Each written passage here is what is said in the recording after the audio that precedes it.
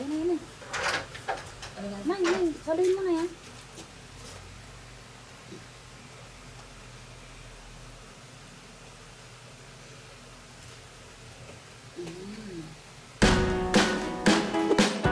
We are to raise a tinatawag na well-balanced dog.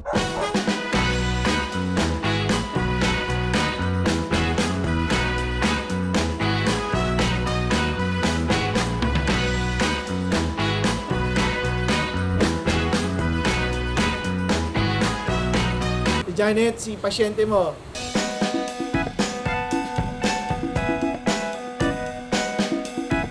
If you raised a well-balanced dog or well-behaved dog, it should start from puppyhood. Wala yun. Uy, white. Wow! Ang laki. Good job. Butasin ko na po ba? Sige, hindi. Michael, punta. Huminga pa ba? Okay lang, i-respirate. Ihipan. Isang casualty ah.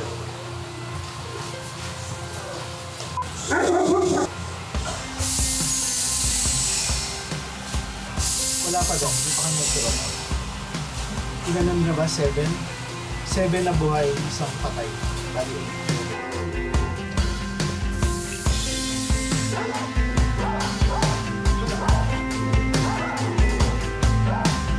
So, ibig sabihin pala, kapag malaki ang liter, hindi rin magandang sabay-sabay. At least merong kumaga batch. Okay, kung 7 sila, 4 and 3. Yes, huwag yung biglaan lahat. Kasi minsan hindi mo na kaya. So, pag nagpapadede, 4, 3 lang. By batch lang. By batch. Kanina kasi, since kanina, minsanan kayo, minsanan. Yan, lakas ng dumede yung mga tuta. Pero 4, tapos pag busog na yung 4, pwedeng salpak na agad yung 3. Huwag lang sabay yung 7. Huwag lang sabay na nagsasak sila. So, pag malaki yung liter, huwag mong pagsasabay-sabay. Kung kaya nyong takiin yung liter, half muna. Then, pag rest yung nanay, then yung half naman. Especially kapag mga 2 to 3 weeks, kapag yung mga large dog, yung mga large breed na kasi katulad nila, India at ni Abby. Ayan. Okay, so ngayon ay nandito tayo with Doc Nicer. Yay. Nagbabakasyon lang sa Tagaytay. So happen na natanungan natin last night about Abu. Since yun nga, nag-deliver na si Abu, may mga certain questions tayo.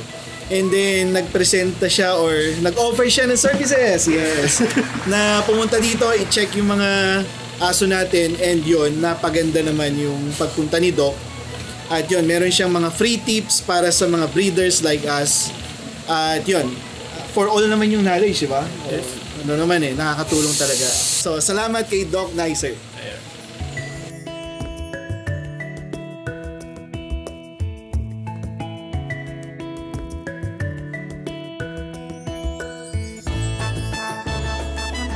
So ngayon naman, since nandito na rin lang si Doc Nicer, meron siyang mga tips para sa ating mga breeders kung ano ang gagawin kapag nakalabas na ang puppies. So, ito yung mga liter ni Abu.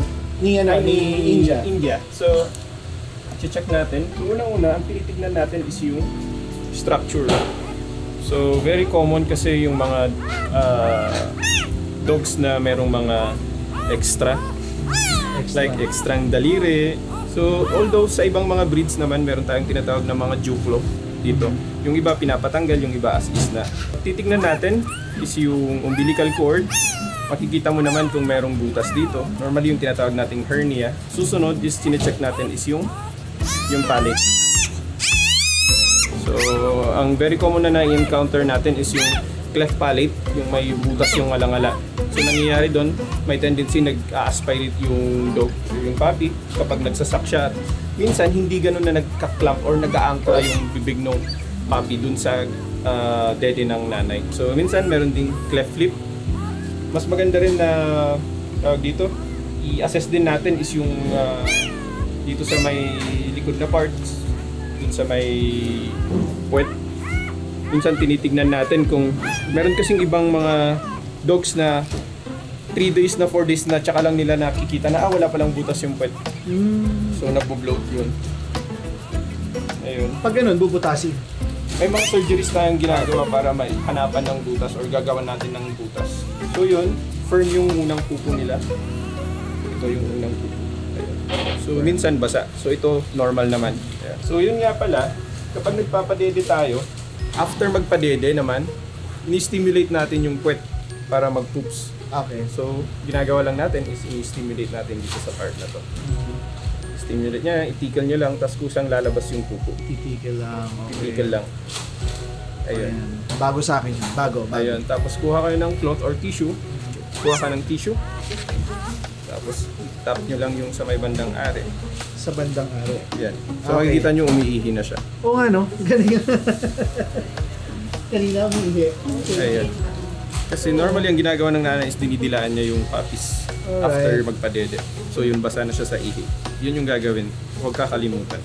Ano yun? Every after padede. Every after padede. Every after padede. Okay. Kasi So- minsan tumitigas yung abdomen dahil yun Oh yan. yeah. Oh, meron kaming cases na gano'n. Pwede rin ipadede sa ina. Ay, ipadila sa ina. Pwede rin, pwede rin. Para syempre, hindi mawala yung mothering instinct ng Okay. nanay.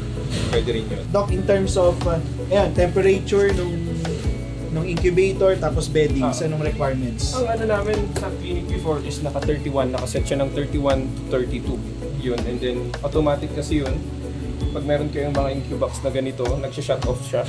Yung Yes. bulb, tapos umaandar yung fan. Sakto lang sa amin, sira yung thermostat.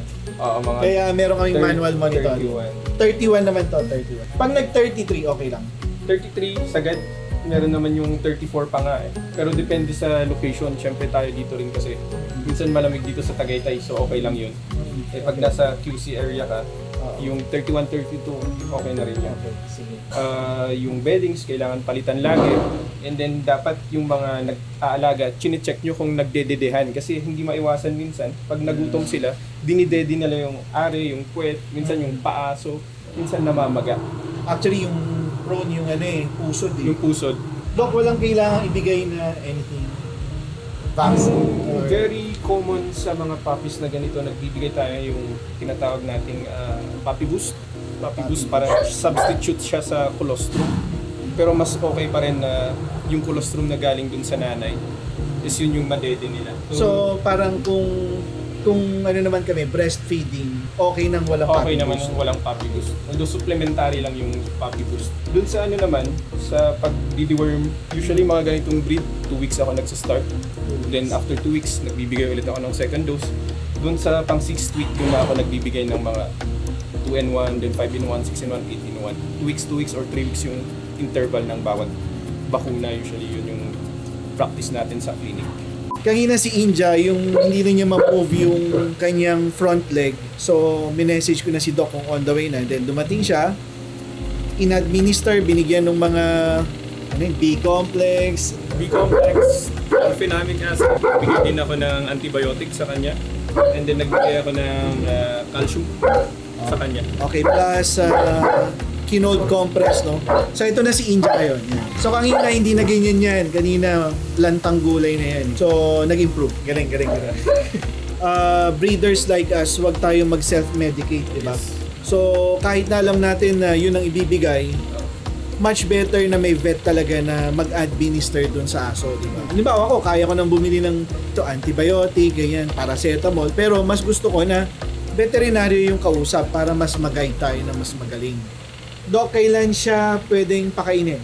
So ito, pwedeng bigyan muna siya ng water. Siguro makapag-rest muna siya, makapag-ikot-ikot na yung parang normal na activity na niya. Tsaka mo bigyan. Kasi syempre yung intestine nila and then yung mga organs nila sa loob, hindi pa ganun na nasa ayos. So may mga tendency na magkaroon ng tinatawag na volvulus or minsan torsion.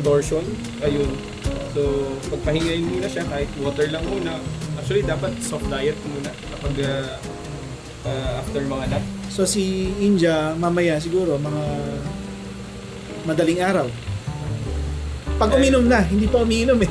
Kanina hindi niya mag-iano siya. Pinagbilagsak ng katawan niya, no?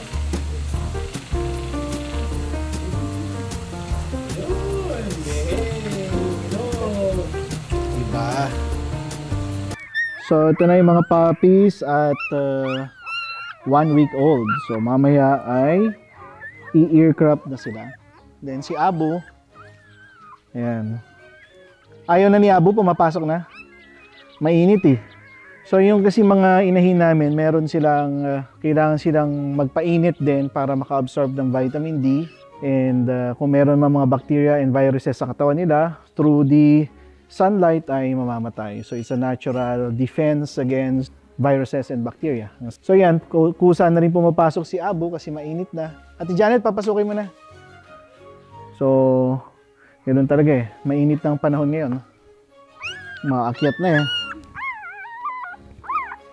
Dati naman ng talagang indication natin ng pangit na lagay yung basa yung puwetan, di ba? Nagtatay na.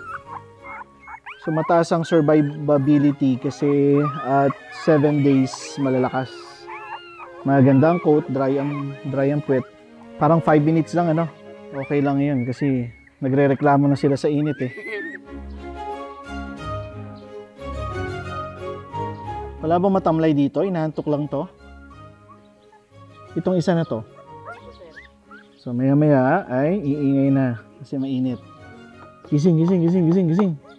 Gising. Parang humahaba ang uso, no? Ang laki ng ulo.